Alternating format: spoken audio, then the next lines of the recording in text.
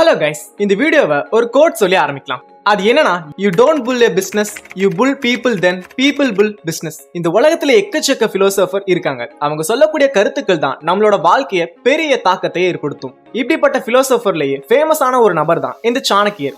இவர் ஒரு சாதாரண மனுஷனை கூட தன்னோட கருத்துக்கள் மூலமா பெரிய மன்னராகவும் ராஜாவாகவும் மாத்திருக்காரு. இவரோட கருத்துக்கள் இன்னைய வரைக்குமே பிசினஸ் ஸ்டார்ட் பண்ணவும் அது சக்சஸ்ஃபுல்லா கொண்டு போகவும் ஹெல்ப் பண்ணுது. அப்படின்னா அவரோட கருத்துக்கள் எந்த அளவுக்கு பவர்ஃபுல்லா இருக்கும் அப்படின்னு நீங்களே கொஞ்சம் யோசிச்சு பாருங்க. நிறைய பேர் ஒரு பிசினஸ் ஸ்டார்ட் பண்ணி சக்சஸ்ஃபுல்லா கொண்டு போக நிறைய hard work and smart work பண்ணிட்டு தான் இருக்காங்க. ஆனா ஒரு பிசினஸ் சக்சஸ்ஃபுல்லா கொண்டு போக 99% இம்ப்ளிமெண்டேஷன் அண்ட் 1% ஸ்ட்ராட்டஜியும் தேவை. நீங்க என்னதான் மிகப்பெரிய ஸ்ட்ராட்டஜியா வச்சு இருந்தாலும் அது இம்ப்ளிமெண்ட் பண்ணல அப்படின்னா அது சக்சஸ்ஃபுல்லா கொண்டு போக முடியாது. நீங்க ஒரு விஷயத்தை இம்ப்ளிமெண்ட் பண்ணணும் அப்படின்னா அதுக்கு உங்களுக்கு கிளியரான ஒரு மைண்ட் செட் தேவை. இன்னைக்கான நிலைமையில எப்படி இந்த சாணக்கிய விதிகளை அண்ட் கோட்பாடுகளை யூஸ் பண்றது அண்ட் யூஸ் பண்ணி எப்படி ஒரு சக்சஸ்ஃபுல்லான பிசினஸ் மேனா மாறலாம் அப்படின்னு நமக்கு கத்துத்தர ஒரு புக் தான் கார்ப்பரேட் சாணக்கியா. இந்த புக்ல ஒரு பிசினஸ் பண்ண நாம செய்ய வேண்டிய விஷயங்கள் எல்லாருக்கும் அண்டர்ஸ்டாண்ட் ஆகுற மாதிரி சொல்லியிருப்பாரு. இந்த புக்கோட ரைட்டர் யார் அப்படின்னா ராதாகிருஷ்ணா பிள்ளை. சோ இந்த வீடியோல அந்த புக்ல சொல்லி இருக்கக்கூடிய கருத்துக்களை பத்தி தான் பார்க்க போறோம். அண்ட் அதை எப்படி பயன்படுத்தி நம்ம பிசினஸ்லயும் நம்ம ஜாப்லயும் சக்சஸ்ஃபுல்லா இருக்கலாம் அப்படிங்கறத பத்தியும் பார்க்க போறோம். சரி வாங்க இந்த வீடியோக்குள்ள போலாம். The 7 pillar of business. ஒரு பில்டிங் ஸ்ட்ராங்கா இருக்கணும்னா அதோட ஃபவுண்டேஷன் ரொம்ப முக்கியம். அதே மாதிரி தான் பிசினஸ்ல சக்சஸ்ஃபுல் ஆகுறதுக்கும் அதோட ஃபவுண்டேஷன் ரொம்ப ரொம்ப முக்கியம். அந்த ஃபவுண்டேஷனை தான் சாணக்கியர் 7 பில்லர்ஸ் அப்படின்னு சொல்றாரு. சரி வாங்க அந்த 7 பில்லர்ஸ் என்ன அப்படின்னு பார்க்கலாம். முதல் பில்லர் CEO. ஒரு கோட்டைக்கு ராஜா எந்த அளவுக்கு முக்கியமோ அதே மாதிரி தான் பிசினஸ்ல ஒரு கம்பெனிக்கு CEO அப்படிங்கிறவங்க ரொம்ப ரொம்ப முக்கியம். ஏன்னா அவங்க தான் ஒரு கம்பெனியோட தலைவர். நீங்க பிசினஸ் பண்ண நினைச்சீங்க அப்படின்னா முதல்ல நீங்க வளர்த்துக்க வேண்டிய ஒரு விஷயம் தான் இந்த லீடர்ஷிப், அதாவது தலைமை பண்பு. இது மட்டும் இருந்தா உங்களால ஒரு சக்சஸ்ஃபுல் பிசினஸ் மேனா ஆக முடியும். நீங்க லீடர் ஆகணும், அதாவது CEO ஆகணும். அப்படி ஆகணும் நீங்க நினைச்சா இப்போ சொல்லக்கூடிய இந்த விஷயத்தை நீங்க கண்டிப்பா ஃபாலோ பண்ணணும். ஒரு லீடர் அப்படிங்கிறவன் நல்ல எனர்ஜெட்டிக்காகவும் இன்டெலிஜென்ட்டாகவும் இருக்கணும். அப்படி எனர்ஜெட்டிக்கா இன்டெலிஜென்ட்டா இல்லாம கொஞ்சம் கூட யோசிக்காம ஒரு முடிவெடுத்தா அது நஷ்டத்துல தான் கொண்டு போய் முடியும். எப்பவுமே ஒரு லீடர் தான் செய்யக்கூடிய விஷயங்கள் ரொம்ப ஆர்வமாகவும் விருப்பமாகவும் செய்யணும். அது மட்டும் இல்லாம தன்னை சுத்தி என்ன நடக்குது அப்படிங்கிற எல்லா விஷயத்தையும் நோட் பண்ணணும். அதுல இருந்து லேர்ன் பண்ணணும், கத்துக்கணும். எல்லாத்தையும் விட ஒரு கம்பெனியை வழிநடத்தி எல்லாருக்கும் முன்னுதாரணமா இருக்கணும். அவங்க தான் லீடர்ஸ். இவங்களை கார்ப்பரேட் வேர்ல்ட்ல எப்படிலாம் கூப்பிடுவாங்க அப்படின்னா CEO, டிரெக்டர், சேர்மேன் அப்படின்னு பல பேர்கள்ல கூப்பிடுவாங்க. ஒரு கம்பெனி CEO இல்ல அப்படின்னா அவங்களால சரியான பாதையில போக முடியாது. அவங்களுக்கு சரியான விஷனும் இருக்காது. அதனால ஒரு கம்பெனிக்கு CEO ரொம்ப ரொம்ப முக்கியம். அண்ட் அவர் சொன்ன ரெண்டாவது பில்லர் என்னன்னா மேனேஜர். ஒரு வார்த்தையில சொல்லணும்னா ஒரு கம்பெனில நடக்கக்கூடிய எல்லா விஷயங்களையும் மேனேஜ் பண்றவர் தான் இந்த மேனேஜர். CEOக்கு அப்புறம் கம்பெனில எல்லா விஷயத்தையும் பார்த்துக்கவர் தான் இவர். ஒரு CEOக்கு வரக்கூடிய ஐடியாஸை இம்ப்ளிமெண்ட் பண்ணி அடுத்த ஸ்டேஜுக்கு கொண்டு போக ஹெல்ப் பண்றவர் தான் இந்த மேனேஜர். ஒரு கம்பெனி நல்லபடியா கொண்டு போக ஒவ்வொரு டிபார்ட்மெண்ட்டுக்கும் இந்த மேனேஜர்ஸ் இருப்பாங்க. இதன் மூலமா கம்பெனில நடக்கக்கூடிய ஒவ்வொரு விஷயங்களையும் CEOவால ஈஸியா மானிட்டர் அண்ட் மேனேஜ் பண்ண முடியும். அண்ட் தேர்ட் பில்லர் என்னன்னா கஸ்டமர்ஸ். கஸ்டமர்ஸ் இல்லனா எந்த ஒரு பிசினஸும் இல்ல அப்படின்னு தான் சொல்லணும். ஒரு பிசினஸ் சக்சஸ்ஃபுல்லா கொண்டு போகவும் அதிகமான ப்ராஃபிட் எடுக்கவும் கஸ்டமர்ஸ் தான் முக்கியம். அப்படி அந்த கஸ்டமர்ஸை கொண்டு வர மார்க்கெட்டிங் எந்த அளவுக்கு முக்கியமோ அதே மாதிரி மார்க்கெட்டிங் மூலமா கொண்டு வந்த கஸ்டமர்ஸை தக்க வச்சுக்கிறது அதை விட முக்கியம். அண்ட் ஃபோர்த் பில்லர் என்னன்னா ஹெட் ஆபீஸ். உங்க கம்பெனி மேனேஜ் பண்றதுக்கான இடம் தான் இந்த ஹெட் ஆபீஸ். மன்னர் காலத்துல ஒரு நாட்டுக்கு ராஜாக்கள் ஆளக்கூடிய கோட்டைகள் இருக்கும். அங்க இருந்து தான் ராஜா மக்களை ஆள்றதுக்கு நாட்டுக்கு தேவையான சட்டம் அண்ட் விதிகளை கொண்டு வரது அப்படின்னு எல்லாமே இந்த கோட்டையில இருந்து தான் பண்ணுவாரு. அதே மாதிரி தான் ஒரு கம்பெனிக்கு CEOக்கு ஹெட் ஆபீஸ் இருக்கணும். கம்பெனிக்கு தேவையான ஸ்ட்ராட்டஜிஸ் அண்ட் ஐடியாவை எக்ஸிக்யூட் பண்றதுக்கும் கம்பெனியோட ப்ராஃபிட் அண்ட் லாஸ் என்ன அப்படின்னு டிஸ்கஸ் பண்றதுக்கும் ஒரு சரியான பிளேஸ் தான் இந்த head office. And fifth pillar தான் ட்ரேசரி. பணத்தை சேமிச்சு வைக்கக்கூடிய ஒரு இடம் தான் இந்த ட்ரேசரி அப்படின்னு சொல்லுவாங்க. என்னதான் அதிக பணம் சம்பாதிச்சாலும் பணத்தை சரியான வழியில சேமிக்கணும். சேமிக்கிறது மட்டும் இல்லாம அது சரியான வழியில செலவு பண்ணணும். நமக்கு எவ்வளவு லாபம் வரும் எவ்வளவு நஷ்டம் வரும் அப்படிங்கறதையும் தெரிஞ்சுக்கணும். அது மட்டும் இல்லாம நீங்க சேமிச்சு வைக்கக்கூடிய பணத்தை யாரும் எடுத்துக்காம, அதாவது திருடாம பாத்துக்கணும். அண்ட் சிக்ஸ்த் பில்லர் என்னன்னா டீம். ஒரு டீம் எப்படி இருக்கணும்னா கம்பெனியோட கான்ஃபிடென்டலான விஷயங்களை ரொம்பவே சீக்ரெட்டா வச்சுக்கணும். அது மட்டும் இல்லாம நம்மளை பத்தி மத்தவங்க கிட்ட பேசாம ட்ரஸ்ட் ஒர்த்தியா இருக்கக்கூடிய பர்சன்ஸ் இருக்கக்கூடிய டீம் ரொம்ப ரொம்ப அவசியமானது. சோ கண்டிப்பா டீம் ஒர்க் அப்படிங்கிறது ரொம்ப ரொம்ப முக்கியமான ஒரு விஷயமா இருக்கும். அண்ட் ஃபைனலா 7th பில்லர் என்ன அப்படின்னா அட்வைசர். சக்சஸான கம்பெனியை பில்ட் பண்ண கண்டிப்பா அட்வைசர் தேவைப்படுவாங்க. அதாவது ஆலோசகர். கம்பெனில முக்கியமான விஷயங்களை எடுக்க கண்டிப்பா ஒரு அட்வைசர் இருக்கணும். அது ஃப்ரெண்டா இருக்கலாம், ஒரு எம்ப்ளாயியா கூட இருக்கலாம். ஏன்னா அவங்களால நமக்கு ஏற்படக்கூடிய பிரச்சனைகளை தீர்க்க முடியும். இந்த அட்வைசர் உங்களுக்கு ஒரு நண்பகமான ஒரு நண்பரா இருக்கணும், உங்களுக்கு விசுவாசமான ஒரு ஆளாவும் இருக்கணும். ஒரு பிசினஸ் சக்சஸ்ஃபுல்லா கொண்டு போக கண்டிப்பா சாணக்கிய சொன்ன இந்த 7 பில்லர்ஸ் கண்டிப்பா யூஸ் ஆகும். அடுத்ததா நம்ம பார்க்க போறது 3 ஆஸ்பெக்ட் ஆஃப் சக்சஸ்.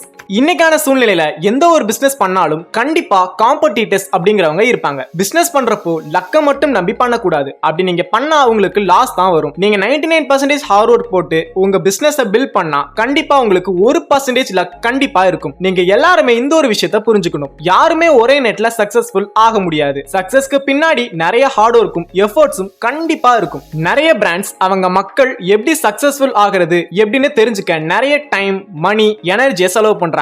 ஆனா உண்மையிலேயே சக்சஸ்ஃபுல்னா என்ன, அதுக்கு நாம என்ன பண்ணணும், சக்சஸ்ஃபுல்லாக நாம என்ன செய்யணும் அப்படின்னு யோசிக்கணும். இந்த சக்சஸ்ஃபுல் அப்படிங்கிறது ஒவ்வொருத்தங்க பார்வையிலும் வேறுபட்டு இருக்கும். ஒவ்வொரு நபருக்கும் ஒவ்வொரு ஐடியா இருக்கும். இத பத்தி சாணக்கியா 3 விதிகளை சொல்றாரு. அதுல இருக்கக்கூடிய முதல் விதி தான் உங்களுக்கு ஒரு அட்வைசர் இருக்கணும். அதாவது உங்களுக்கு எது நல்லது எது கெட்டது அப்படின்னு சொல்லி கொடுக்கக்கூடிய ஒரு அட்வைசர் இருக்கணும். இப்படி ஒரு அட்வைசர் உங்க கூட இருக்கப்படும் பொழுது நீங்க எடுக்கக்கூடிய ஒவ்வொரு விஷயங்களுமே ஒரு தெளிவான ஐடியாக்களோட தொடங்குவீங்க. இது உங்களோட சக்சஸ்க்கும் காரணமா அமையும். இந்த மாதிரியான அட்வைசர் நீங்க பர்சனலாகவும் வச்சுக்கலாம், இல்ல கம்மியான சார்ஜஸ்லயே உங்களுக்கு கிடைப்பாங்க.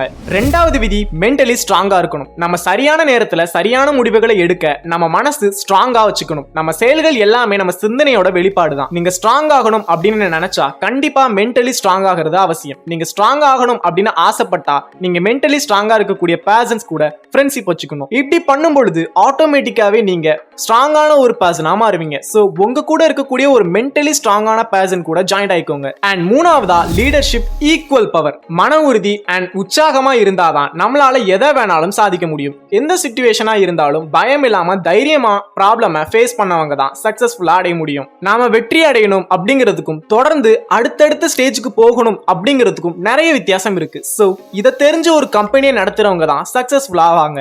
அடுத்ததா பார்க்க போறது ஒர்க் டிஸ்ட்ரிபியூஷன். சக்சஸ்ஃபுல்லா இருக்கக்கூடிய பர்சனா இருக்கட்டும் ஆர் சக்சஸ்ஃபுல்லா இருக்கக்கூடிய கம்பெனிஸா இருக்கட்டும், அவங்க ஃபாலோ பண்ணக்கூடிய ஒரு காமனான ஒரு விஷயம் தான் இந்த ஒர்க் டிஸ்ட்ரிபியூஷன். உங்களுக்கு ஒரு ட்ரீம் இருக்கு, அதை நீங்க அச்சீவ் பண்ணணும் அப்படின்னு நீங்க நினைக்கிறப்போ உங்களால தனியாளா எல்லா வேலைகளையும் செஞ்சு அதை அடைய ரொம்ப டைம் அண்ட் எனர்ஜி தேவைப்படும். அப்போ உங்க ஒர்க்கை கண்டிப்பா பிரிச்சு மத்தவங்களுக்கு கொடுக்கிற மாதிரி ஆகும். இனிஷியல் ஸ்டேஜ்ல உங்க கம்பெனி சின்னதா இருக்கலாம். ஒன்ஸ் கம்பெனி க்ரோ ஆகும் பொழுது ஒரு பிக் கம்பெனியா மாறும் பொழுது உங்களோட ஒர்க் சரிசமமா மத்தவங்களுக்கு பிரிச்சு கொடுக்கணும். இத பத்தி சாணக்கியர் என்ன சொல்றாருன்னா, ஒரு பிக் கம்பெனில ஒருத்தரால மட்டுமே எல்லா வேலைகளையும் செய்ய முடியாது. அது மாதிரி ஒருத்தரால ஒரே நேரத்துல வேலையை செய்ய முடியாது. இது மாதிரி நடக்கிறப்போ அது அந்த கம்பெனியோட growth-ஐ தடுக்க வாய்ப்பு இருக்கு. அதனால சரியான ஒர்க்கை செய்யக்கூடிய சரியான டீமை உருவாக்கணும். எப்படி டீமை உருவாக்குறப்போ தேவையான விஷயங்களை பேசி டிஸ்கஸ் பண்ணி நல்ல டிசிஷனை எடுக்க ஹெல்ப் பண்ணும். இந்த மாதிரி டீம் ஒர்க் பண்றப்போ சரியான முடிவுகளை எடுக்கிறதுனால லாஸ்ல இருந்து தவிர்க்க முடியும். அப்படியே லாஸ் வந்தாலும் அதுல இருந்து எப்படி ஓவர் கம் பண்ணலாம் அப்படிங்கக்கூடிய டிஸ்கஸும் உங்களுக்கு கிடைக்கும். அப்படி நீங்க டிஸ்கஸ் பண்றப்போ அந்த லாஸ்ல இருந்து கண்டிப்பா உங்களால ஓவர் கம் பண்ணி வர முடியும். இது எல்லாத்தையும் ஒரே ஆளால ஹேண்டில் பண்ணவே முடியாது. ஒரு CEO ஆல 100 ஒர்க்கை மட்டும் தான் மேனேஜ் பண்ண முடியும். அதுக்கு மேல இருந்தா பண்ண முடியாது. ஒரு கம்பெனியை மேனேஜ் பண்றது அப்படிங்கிறது அவ்வளவு ஈஸியான விஷயம்லாம் கிடையாது. நெக்ஸ்ட் வீக் என்ன செய்யணும், நெக்ஸ்ட் மந்த் என்ன செய்யணும் அப்படின்னு பிளான் பண்றதன் மூலமா டைமை சேவ் பண்ண முடியும். சரி, ஓகே கைஸ், நான் சொன்ன இந்த விஷயங்கள்ல இருந்து கண்டிப்பா உங்களுக்கு ஒரு ஹிண்ட் கிடைச்சிருக்கும். பிசினஸ் ஸ்டார்ட் பண்ணும்போது இந்த மாதிரியான விஷயங்களை நீங்க ஃபாலோ பண்றதன் மூலமா கண்டிப்பா உங்களால ஒரு ஸ்ட்ராங்கஸ்டான பிசினஸ் மேனா மாற முடியும். சோ இந்த வீடியோல சொல்லப்பட்ட விஷயங்களை நான் மறுபடியும் ஒரு சம்மரியா கொடுக்குறேன். முதல்ல ஒரு கம்பெனியை ஸ்டார்ட் பண்றதுக்கு 7 பில்லர்ஸ் தேவைப்படுறாங்க. First CEO. ஒரு கம்பெனிக்கு முக்கியமான ஒரு ஆளு CEO தான். அண்ட் செகண்ட் என்னன்னா மேனேஜர். சிஇஓக்கு அப்புறம் ஒரு கம்பெனில ஒரு முக்கியமான போஸ்டிங்ல இருக்கிறவனா அது மேனேஜர் மட்டும்தான். ஏன்னா மேனேஜரால பல விஷயங்களை எக்ஸிக்யூட் பண்ண முடியும். அண்ட் மூணாவதா கஸ்டமர்ஸ். ஒரு கம்பெனி இருக்கு அப்படின்னா அதுக்கு கண்டிப்பா காரணமே இந்த கஸ்டமர்ஸ் தான். சோ கஸ்டமர்ஸ் வர மாதிரியான ஒரு பிசினஸ் பண்றது தான் ரொம்ப ரொம்ப முக்கியமான விஷயம். அண்ட் ஃபோர்த் என்னன்னா ஹெட் ஆஃபீஸ். கண்டிப்பா ஒரு கம்பெனிக்கு ஹெட் ஆஃபீஸ் அப்படிங்கிறது ரொம்ப ரொம்ப முக்கியம். அண்ட் டிஸ்கஷன் அப்படிங்கிறது அதை விட முக்கியம். அண்ட் அஞ்சாவது ட்ரெஷரி. நீங்க சம்பாதிக்கக்கூடிய பணத்தை எல்லாத்தையுமே சேமிச்சு வைக்க கூட ஒரு இடம் தேவை. அண்ட் சிக்ஸ்த் என்ன அப்படின்னா டீம். ஒரு ஹெல்த்தியான டீம் இருந்தாதான் ஒரு ஹெல்த்தியான கம்பெனியை ஸ்டார்ட் பண்ணி ஒரு நல்ல பிசினஸ் மேனா மாற முடியும். அண்ட் லாஸ்டா அட்வைசர். உங்களுக்கு தோணக்கூடிய விஷயங்கள் மட்டும் இல்லாம உங்களுக்கு ஒரு அட்வைசர் இருந்தா அது உங்களை இன்னுமே ஒரு ஹெல்த்தியான ஒரு பர்சனா மாத்தும். அண்ட் அடுத்ததா ஆஸ்பெக்ட் ஆஃப் சக்சஸ். அதாவது நீங்க ஒரு கம்பெனியை ஸ்டார்ட் பண்ண போறீங்க அப்படின்னா லக்க பேஸ் பண்ணி மட்டுமே நீங்க அதை ஸ்டார்ட் பண்ண கூடாது. அப்படி ஸ்டார்ட் பண்ணா அது லாஸா கூட முடியலாம். சோ கண்டிப்பா 99% ஆர் 100% உங்களுக்கு கடின உழைப்பு கண்டிப்பா தேவைப்படும். அப்படி இருந்தா மட்டும்தான் 1% ஆவது லக் கிடைக்கும். சோ ஹார்ட் ஒர்க் நிறைய பண்ணிட்டே இருங்க. அண்ட் ரெண்டாவது என்னன்னா உங்களோட மைண்டை ஒரு ஸ்ட்ராங்கான மைண்டா வச்சுக்கோங்க. அண்ட் தேர்ட் ஒன், எந்த ஒரு பிரச்சனை வந்தாலுமே எந்த ஒரு அப் அண்ட் டவுன்ஸ் அதாவது லாஸ் வந்தாலுமே அது சரி கட்டக்கூடிய ஒரு மன தைரியம் உங்களுக்கு கண்டிப்பா இருக்கணும். அப்படி இருந்தா மட்டும்தான் உங்களால ரொம்ப நாளைக்கு பிசினஸ்ல ரொம்ப ஸ்ட்ராங்கா இருக்க முடியும். சோ நான் சொன்னக்கூடிய இந்த விஷயங்களை ஃபாலோ பண்றது மூலமா கண்டிப்பா உங்களால ஒரு ஸ்ட்ராங்கஸ்டான ஒரு பிசினஸ் மேனா மாற முடியும். இந்த வீடியோ உங்களுக்கு பிடிச்சிருந்தா மறக்காம இந்த வீடியோக்கு ஒரு லைக் பண்ணிக்கோங்க. அண்ட் புதுசா ஏதாவது ஒரு பிசினஸ் ஸ்டார்ட் பண்ணலாம் அப்படின்னு நினைக்கக்கூடிய உங்க ஃப்ரெண்ட்ஸ்க்கு இந்த வீடியோவை ஷேர் பண்ணிக்கோங்க. அண்ட் இந்த வீடியோல சொல்லப்பட்ட விஷயங்கள் உங்களுக்கு யூஸ்ஃபுல்லான ஒரு விஷயமா இருந்தா கண்டிப்பா இந்த வீடியோ கீழே ஒரு கமெண்ட் பண்ணிக்கோங்க. இதே மாதிரி அமேசிங்கான வீடியோஸ் உங்களுக்கு வேணும்னா நம்ம டைம் ஃபார் கிரேட்னஸ் தமிழ் சேனலை சப்ஸ்கிரைப் பண்ணிக்கோங்க. Bye bye.